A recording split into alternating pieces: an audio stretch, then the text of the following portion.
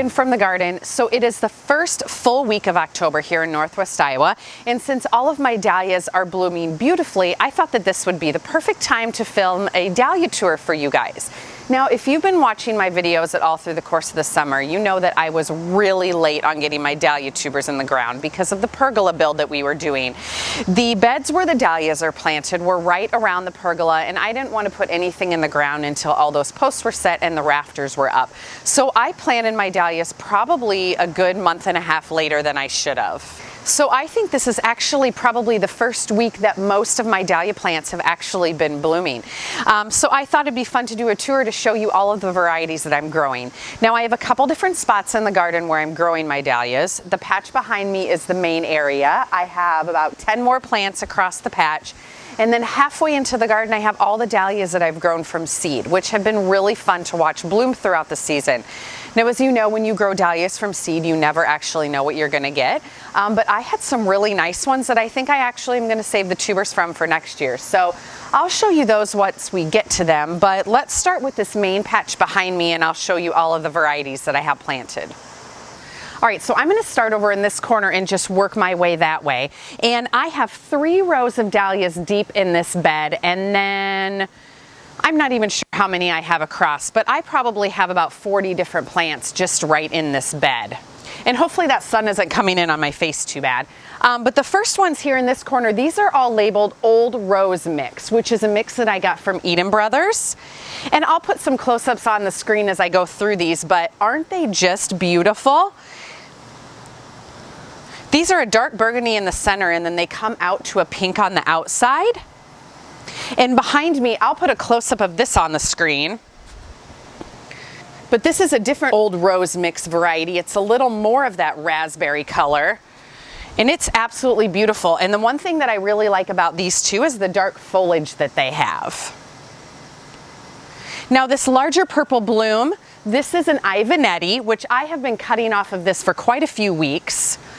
All of the yellow that are throughout here, which you can see the bumblebee is really enjoying right now, those are Boom Boom Yellow. That is a really prolific bloomer and has a ton of blooms on it. Down in the front here, I have a really short dahlia, and some of these, honestly, I didn't pay attention enough when I was ordering them to see the height of the actual plant. So this one was definitely my mistake. It's Gallery Pablo, and it is really beautiful. And I did use a couple blooms when I did those little jelly jar arrangements, but for my tall cut flower bouquets, it definitely would not work. Right in front of that one, this one is so pretty. And let me find the tag. All right, so I must not have a tag on this one. Bummer, because that one is gorgeous. And then one more right behind me here. This other dark kind of burgundy bloom, that is called Arabian Night. And I have been cutting off of this one a lot too. So that one really puts on a lot of blooms. Definitely a keeper for next year. Okay, so moving down the flower bed, look at this one. These have been so pretty, and I know these are a little far gone right now to put in bouquets, but you can tell how gorgeous the petals on those are. This one is labeled Bonanza. Then right behind it, this darker maroon one, this is called the Black Diamond Ball. And then check this one out. These are a little far gone and have got a little bug damage on it, but look at how enormous these blooms are. This is called Kelvin Floodlight, and I love this one. It is a shorter plant. It's a much shorter plant than a lot of the others, but I'm still gonna plant it next year because when I did those jelly jar arrangements for that market a couple weeks ago, I actually put one of these in there. It looked awesome, and that arrangement was like the 3rd one to sell. So I'm definitely planting this one next year. They are so beautiful. This might be the only dinner plate dahlia I have in the garden, but I'm really glad I planted it. Okay, let's keep moving on down. So I'm kind of having a hard time finding my tags for these, but I have one in the back here. I'll put a close-up on the screen because you can't see it, but it is a pinkish color. It's kind of a pinkish rose color. It's called Sweet Natalie. Absolutely gorgeous. And that plant is branching everywhere. I have a couple of those in here. Now in the front here, this one I believe is Cornell Bronze, which I know is a super popular ball dahlia, and it's a prolific bloomer, and I have been cutting off of this as well. The shape on this is like absolutely perfect. I just can't even believe how cool this is. So I believe that one is Cornell, and then the one next to it is almost the same color but has kind of a raspberry center. And I'm gonna have to look this one up because I cannot find the tag under here for that. So I will look this one up and put it up on the screen.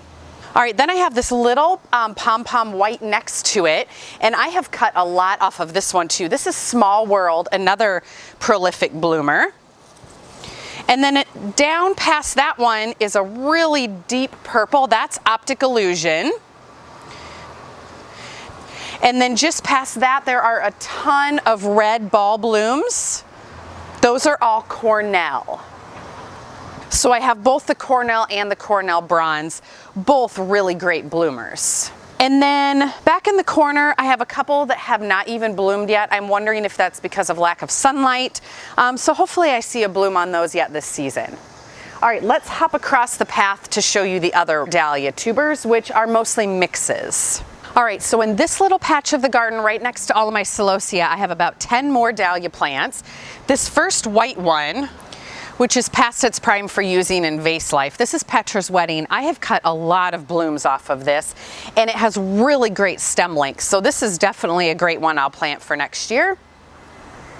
And then all of my dahlias around this area are called the Sugar Plum mix, and that is a mix that I ordered from Longfield Gardens. These have also been really great in my bouquets. And so there is a really nice purple. There's kind of a brighter pink. And then there's some orange ones hidden in the back here, which I'll put an image up on the screen of those. But check out how huge this bloom is. There are 2 of them right here. Really big. These have been great performers for me this year. All right, so I'm gonna take you into the center of the garden where I have all of my seed dahlias planted. And there were a couple of really nice surprises in my seed dahlias this year. So let me show you those. So in front of the greenhouse here, I have a lot of my seed dahlias, and they're mostly singles, some are semi-doubles. They added some really great color to the garden, but I don't think that these are ones I'm gonna be saving next year because they just don't give the vase life like the other dahlias do. But they definitely were really pretty to grow. So this bright yellow one is another single one from seed. Tons of blooms, but again, like the others, not a really good vase life, but it did add some really pretty color to the garden. But I don't think that this is one that I will be saving next year either. Also, one thing about light colored dahlias, the bugs are definitely attracted to those more so than the dark colored dahlias. All of my light colored dahlias that are the doubles that I grew from tuber, I have been covering with organza bags. That saves them from the bug damage. I didn't have a problem with bugs earlier in the summer, but now that it's in the fall, I would say probably starting in September, they have just been eating my light colored flowers like crazy. Here's kind of a look at what's left of the seed dahlia patch, which were grown in some raised beds. And I'll put close-ups up on the screen because I know it's really hard to see in the sun. Most of these are singles, but let me just show you a few of the surprises that I got. These are all seeds that I got from Floret with the Growing Dahlias book. This red dahlia was a semi-double and absolutely beautiful. This is one I'm going to try to save for next year.